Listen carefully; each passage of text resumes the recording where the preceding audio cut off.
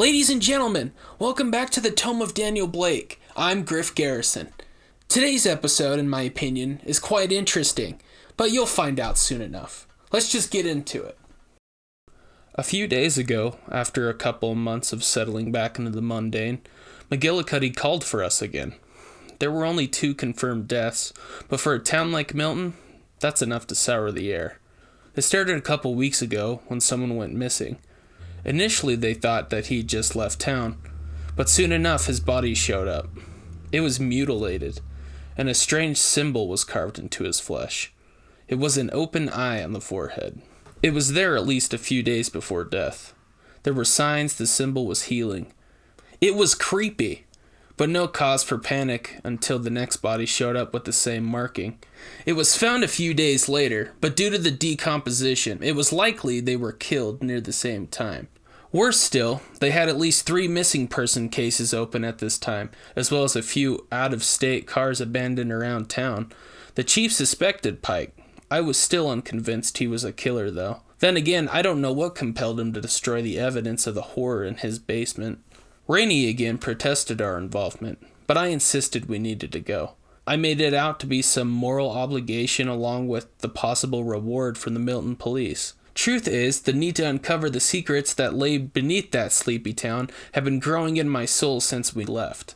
A thick canopy of clouds covered the sky of Milton that day as we approached the police station. There we were greeted not by Chief McGillicuddy, but Officer McGillicuddy, his nephew or some such thing. He looked like the chief, but his face, both in physical features and countenance, did not show the same mileage.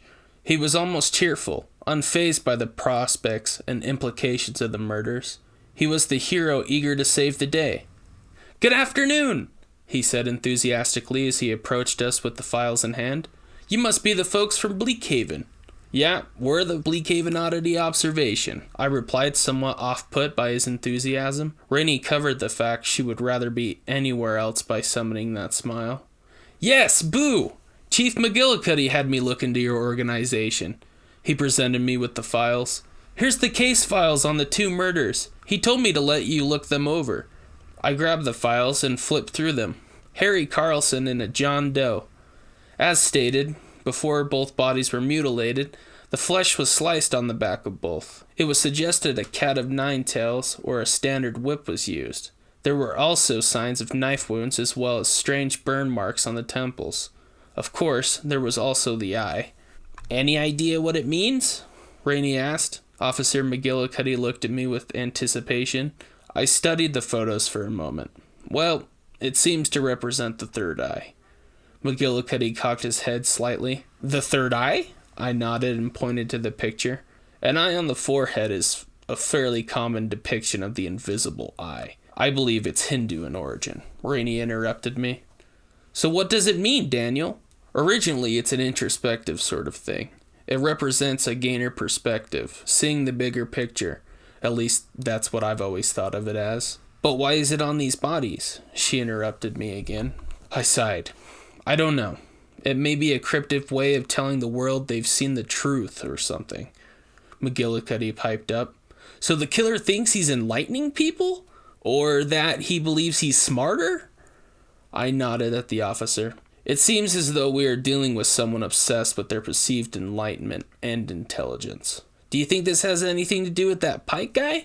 "The chief told me all about him," McGillicuddy said as I gave him back the case files. "Maybe," I said, looking at Raine. "We'll go check out what's left of his house." McGillicuddy cut me off. "The chief told me to come along with you guys to, make sure you didn't need anything." Raine let out a small irritating sigh looking at me. "He doesn't trust us." The policeman sheepishly shook his head as Raine met his gaze. Then she smiled. "Don't worry, I wouldn't trust us either."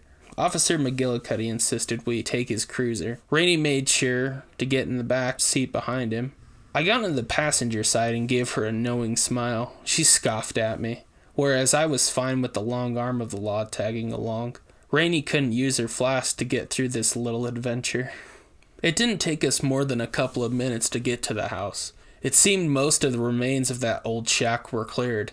What was left was some rubble, dirt, and stone, with just enough burnt wood debris to know there was once a structure here. The one thing of interest was a bit of excavation revealing the mouth of a cavern.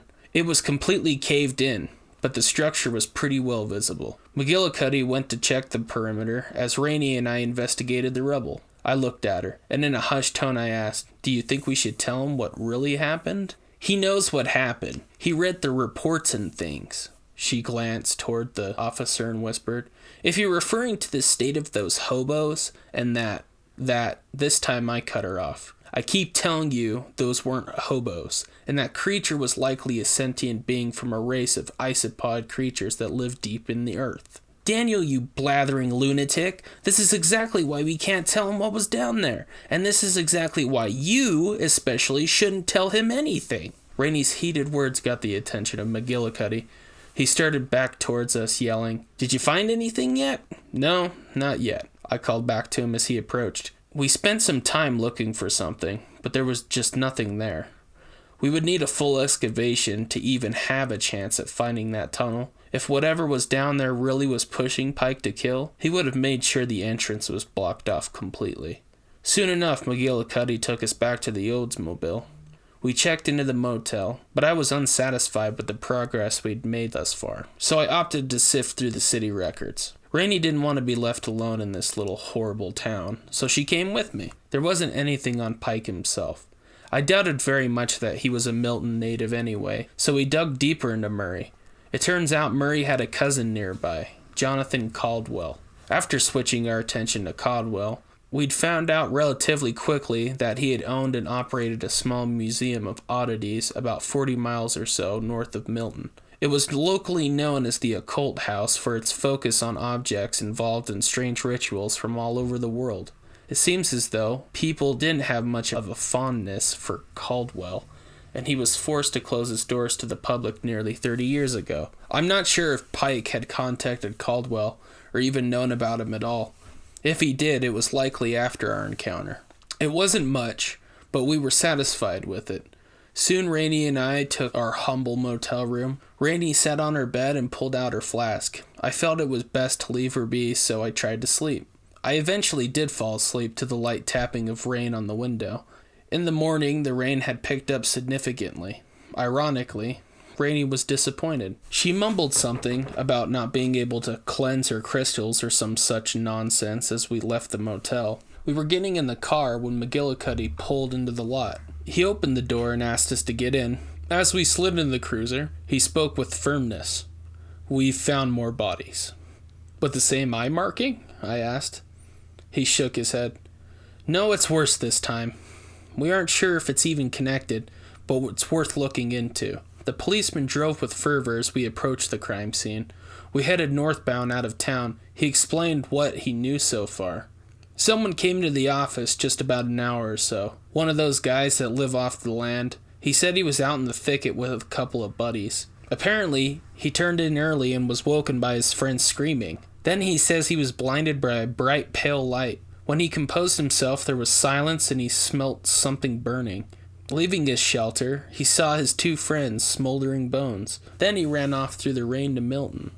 Raine and I looked at each other as he continued. "We thought he was another kook, but an officer drove out and found the bones." I furrowed my brow as I began to analyze the situation. So instead of a cryptic symbol, we have a cryptic cause of death. We turned down an overgrown road and soon came to a few other police cars at a campsite. As I got out of the cruiser, I realized that rain was coming down a bit heavier than before. Sure enough, there were 2 sets of bones at either end of the area. The rain had already begun its work destroying evidence. All that was left of the bodies were bones blackened with scorching. Another officer approached us as we headed toward the scene. He glared at Raine and me as McGillicuddy told him who we were. The other officer scoffed. "Best we figure is they were having a bit of moonshine.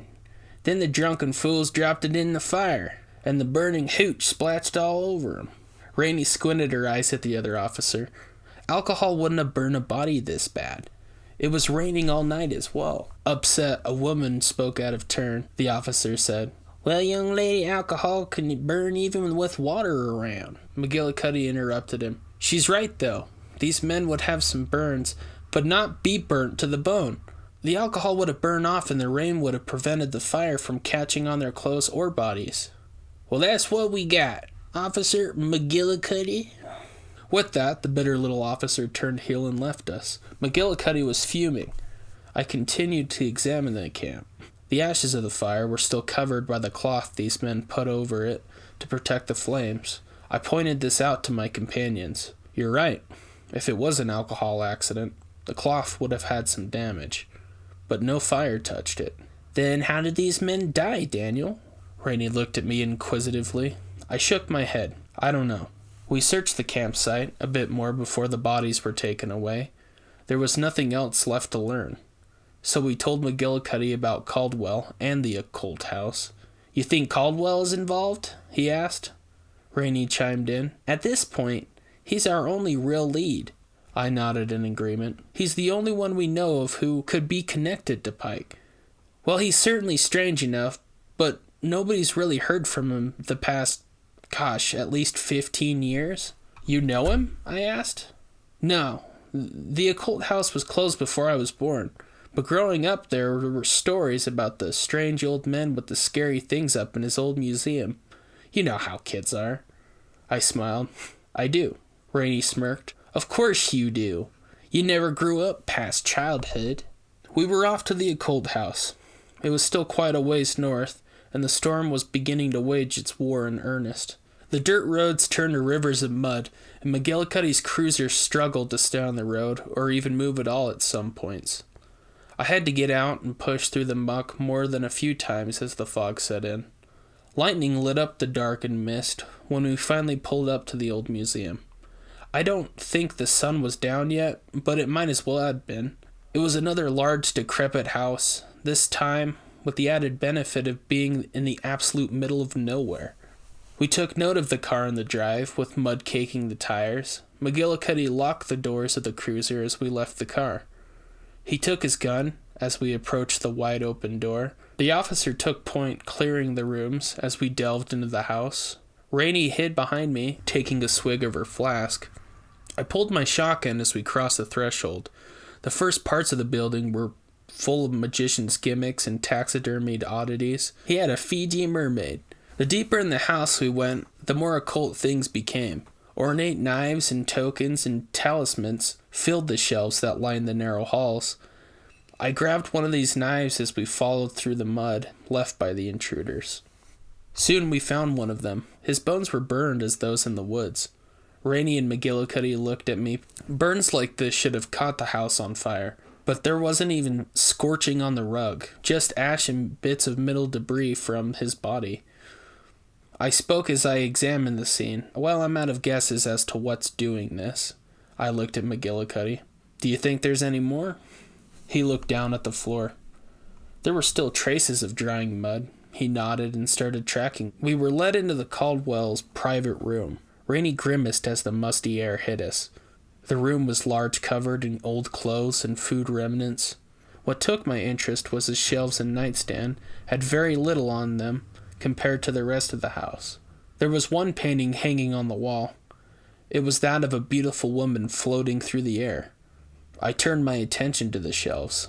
There was a metal box. It was so plain compared to everything else in this man's house. It had a latch for a lock, but the lock was missing. It lay open on the shelf. There, Raine said, pointing to the intruder's hiding place. He was jammed into a corner, covering himself with the debris from the room. McGillicuddy pulled him by the scruff of his neck. No, please! The man shouted. His eyes were wide, fear penetrating his very being. A third eye was carved into his forehead. Calm down, you filthy bum! Where's Caldwell? McGillicuddy yelled as he shook the man. Shh, no! Quiet! It will find me! The man squirmed. I walked closer to the man. What will find you? The man simply pointed to the painting of the woman on the wall. Don't let it find me. Can't control it. Raine examined the pathetic creature. What do you mean you can't control it? Can't control? Bad idea. He was wrong. Wrong! McGillicuddy shook him again to prevent from rambling. We obviously need to get this man some help, he said as he turned the man against the wall and put cuffs on him. The man didn't struggle. He just kept babbling about the thing getting him. I turned back to the rest of the room. Raine, help me find something. What do you expect us to find here? She said with annoyance. We should leave. We wouldn't get far with the roads turned to rivers, I explained. Why do I do this to myself? She said under her breath. Louder, she asked, what are we looking for? I don't know. Anything that can help us understand what's happening here. We searched the room as McGillicuddy kept an eye on our new friend. He continued to babble. I'm still not sure what happened to the poor creature. It wasn't long before Raine found a journal near the bed. You think this can help? I shrugged. It's worth looking at. I took the book from her and she continued her search. I started flipping through the crazed writing. It wasn't a coherent record of events. Mostly just page after page of writings and drawings of occult rituals. There was no mention of Pike or even Murray. No day-to-day account. Something that came up quite a bit in the book was something called Xero the Consumer. As obsessed as he was about other rituals and cryptic things, Xero seemed to be what he was most interested in. As I skimmed, I found a crude drawing of a woman above a pile of blackened bones. If this book was going to be helpful, this was the passage. It was unsurprisingly a passage on Xero. As I skimmed it, it seemed to explain how she consumed the bodies of her victims, burning them to ash, leaving nothing but charred bones. If there was a supernatural explanation for what was going on, this had to be it. Raine hadn't yielded anything else of note, so she helped McGillicuddy with the men. They spoke with him as I continued reading. They couldn't get much out of him, except he was sent to collect something for his master. Further inquisition on what it was he was after, or who his master was, pointless, as he continued to run his mouth about hiding from what I know now to be Xero. I read from the book a few passages about summoning the creature. He wrote endless curses about how each ritual and rendition of the ritual brought nothing to pass. Eventually, though, I did find what I was looking for. He excitedly wrote about the box that once held the demon. With it, he detailed how to subdue and contain it. After double-checking the information, I tore the page from the book and discarded the rest. In hindsight, I should have held on to the rest of the book for further study, but I was caught up in the moment. I spoke as I grabbed the small metal box. Well, I think we have everything we need. We should try to get out of here. Raine protested. In this storm? You yourself said we wouldn't get very far. As much as I hate this place, we should stay here until it lets up. We both looked at McGillicuddy to break the tie. After looking at us for a moment, he spoke. I have a gut feeling we shouldn't be here. Let's take our chances out on the road. Raine sighed and rubbed her face with her hand. We traveled back through the aging hallways, back to the still open front door. Our attention was immediately drawn to a flash of lightning, then to the pale light haloed by the fog coming through the trees. We were mesmerized. No! Don't let it get me! Please! The man went into a crazed frenzy, breaking free of McGillicuddy's grip. He bolted out the door towards the woods in the opposite direction. He didn't make it far, however. He slipped and landed in the mud. Looking through the mist, I could make out the man struggled to get up, but due to his hands being cuffed behind his back, the muck had trapped him as he wriggled in it. All the while, that luminous being floated slowly towards us. What was that thing? Our officer asked. It was a woman glowing with a sickening light. That's our killer, Officer McGillicuddy. Xero the Consumer. McGillicuddy held his firearm at the creature. Hold it right there! Don't move any closer, or I'll shoot! The demon moved steadfast towards us, paying no mind to the warning. I don't think... Raine started to say before McGillicuddy unloaded a shot through the creature. Nothing happened. The bullet went straight through. He furrowed his brow and unloaded the rest of the ammunition on that thing. Like I was saying, I don't think that'll work. I looked down at the writhing man, then back to McGillicuddy. Take Raine back and unlock the car. I'll bring him. But, he started to protest. We don't have time to argue, I said, already working my way to the man. He let out a loud sigh, and he got Raine's attention. He had still been staring and trying to wrap her mind around Xero. They pushed towards the cruiser. The creature had focused on the man and me, giving him the ability to make decent headway. When I got to the man on the ground, I used the sleeve of my coat to wipe away the muck from his forehead and a spot on his arm. I tried to lean over him, shielding him from the rain. I produced the knife and made a quick incision on his arm. The man screamed in panic. He wasn't very big, and the adrenaline helped me keep him down. There was a steady stream of blood. I did my best to dry my hand before dipping my fingers in it. I started drawing the dots to begin the ritual. "What the hell are you doing?" McGillicuddy's voice penetrated the storm in my concentration. I looked back at him, the light growing brighter on this drawn pistol now aimed directly at me. "This is the only way to stop that thing, McGillicuddy!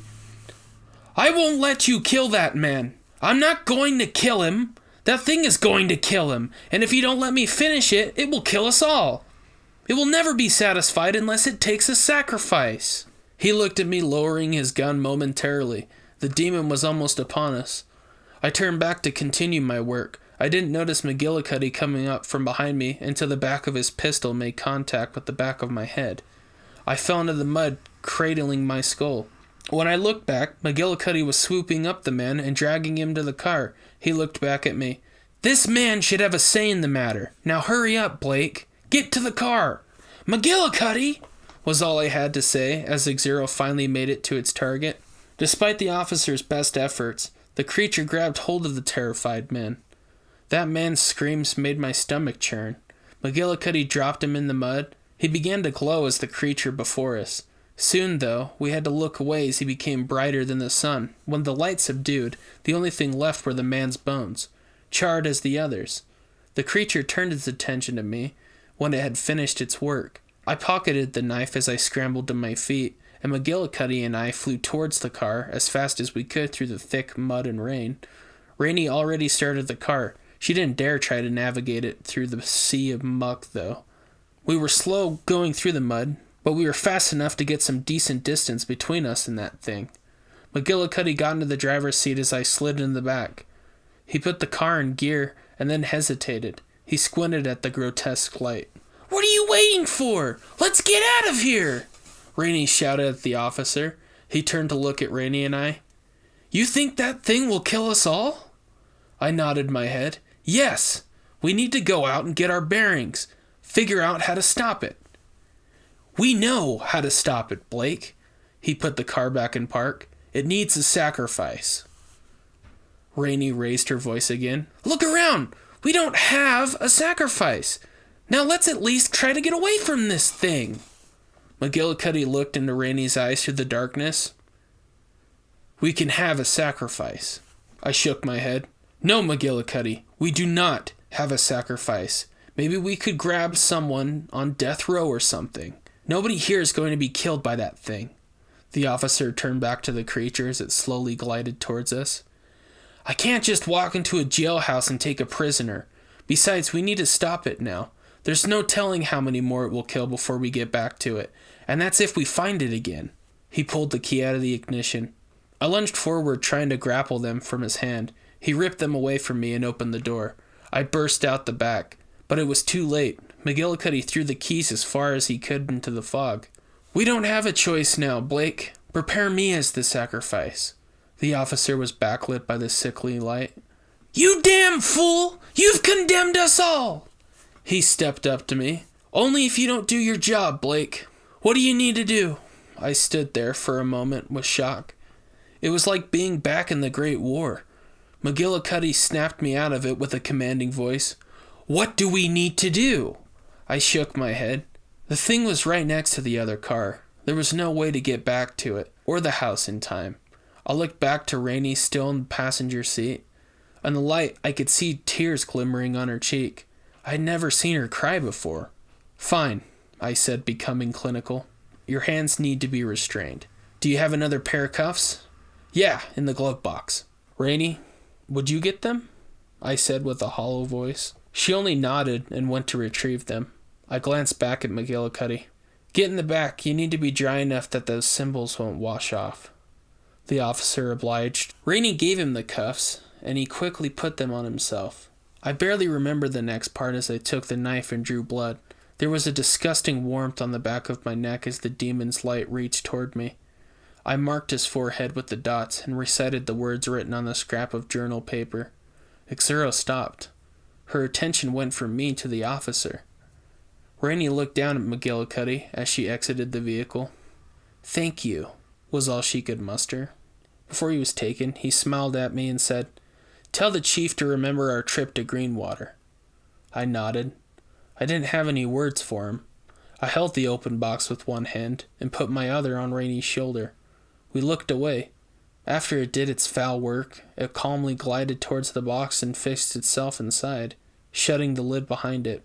In the darkness, we made our way back to the house.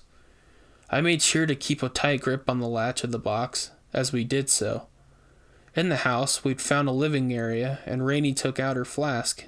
She was surprised when I reached out my hand for a drink, and she gave it to me anyway. I took a swig and gave it back to her.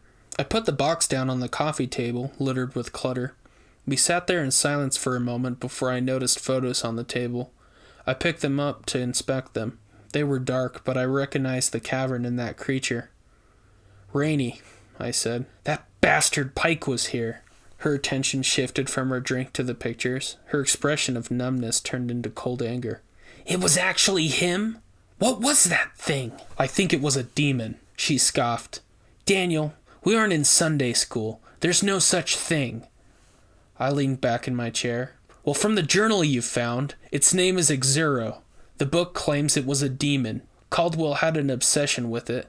There were countless notes about its summoning rituals." "So how did it get here, then?" Raine humored me. "If he couldn't summon it, I mean." I pondered on this for a moment.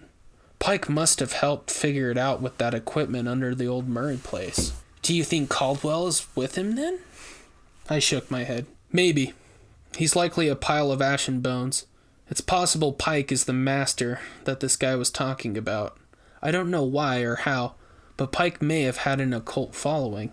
I think the mystery of the third eye will have to wait a while more until we can get our footing and a fresh lead." Raine went quiet after that. Her attention was grabbed once again by her flask. We stayed in the house that night. Instead of sleep, I searched the place for a lock. I wasn't comfortable without more precautions for that box. I eventually found one open with a key inside. I locked the box and threw the key out into the mud. In the morning, the fog had lifted and the rain was much lighter. The keys for the other car were still in the ignition, so we decided to take it back to town. Before we did, I went to McGillicuddy's cruiser. In the midst of his remains were a bit of metal. This included his badge. I don't know why, but I picked it up and put it in my trench coat. I thanked him and went back to the car. We abandoned it a couple miles from the hotel. We cleaned up and drove over to the police station. Raine spoke to me with a shaken voice. "Daniel, maybe we should just go home." "You should stay in the car. I don't think I'll be long." It didn't take much for them to let me in to see the chief. I tried to play dumb so we didn't have to explain what happened. "Morning, Chief. I just came by to see how Officer McGillicuddy's lead turned out." He leaned back in his chair. "Lead? What lead? I haven't seen Dave since yesterday morning, and I thought you and your friend were with him." I realized at this point Officer McGillicuddy's first name was Dave. I never thought to ask him. I snapped back to the conversation. "Oh, we haven't seen him since yesterday after we looked at the scene in the woods. He dropped us off at the motel and said he had had a lead at some occult house or something. He insisted on scouting it out by himself first. Said we had been doing some research at the hotel. I had a few books to look over." I stopped talking, realizing I was probably speaking too much. I see. Well, I suppose we'll go up there and check it out." "Well, I'm sorry I wasn't much help, Chief. We had an urgent matter back in Bleakheaven to get to." He eyed me suspiciously. I turned to leave. "Oh, one more thing, Chief," I said, looking back at him. "Right before he left, he had asked me to tell you, remember our trip to Greenwater." Chief McGillicuddy's scrutinizing gaze widened with surprise. "He told you that?" I nodded and left. I expected to be detained, but I was able to go back to my Oldsmobile without incident. It was a long drive back to Bleakhaven. When I got home, I locked the box away. Raine left. We talked about it on the road. She told me this isn't the job she signed on for and needed time to think. I told her I understood. I don't blame her for abandoning me. It's not the first time I've been left behind, and it won't be the last. Still, I haven't been able to sleep since I got back to the office. Hope she can sleep better than I can. The chief called me not too long after I got back to the office to let me know he had found Dave's body. I don't know if he was suspicious or not. He didn't press me. He sounded so defeated. I wished I could have told him what happened, that Dave gave his life for that little town. I told him I'd be looking into Pike more closely, and if he had anything else for me, I'd be there. Pike is the only thing he showed any emotion towards. The hate that burned into this man. His hatred of this monster is shared. These events had been acting out of my mind's eye constantly.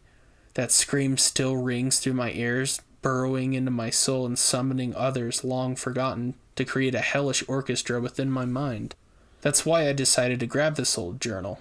It was a gift from Bartholomew. He was constantly writing piles of journals. He always told me that he needed to find a new home for his thoughts, because he needed the space in his head. I always thought it was a joke, but I hope my thoughts can live here in this tome, at least for a while. Maybe keeping an account will also help me put the pieces together and find Pike. I hold that bastard Josh Pike accountable for those deaths, especially Officer Dave McGillicuddy. I don't know how Pike did it, but I do know he was involved in bringing Zero to life somehow. I swear to God I'll find him, and make sure he gets what's coming. I only hope I can get to him before he ushers in more suffering and horror. Signed, Daniel Blake. I know that last part was a bit depressing, wasn't it? Can you believe how heroic Officer McGillicuddy was? Sacrificing himself like that? What do you think he meant about the trip to Greenwater with the chief? Maybe we'll figure it out as we keep reading on. But, I've contacted the Bleakheaven Skeptic to find out more about Daniel Blake's work and the journal, so hopefully we'll hear from them soon. Regardless, I think this entry was very informative, and I can't wait to read you more. I'm Griff Garrison. Make sure to leave a comment and join us again to uncover the secrets of the Tome of Daniel Blake.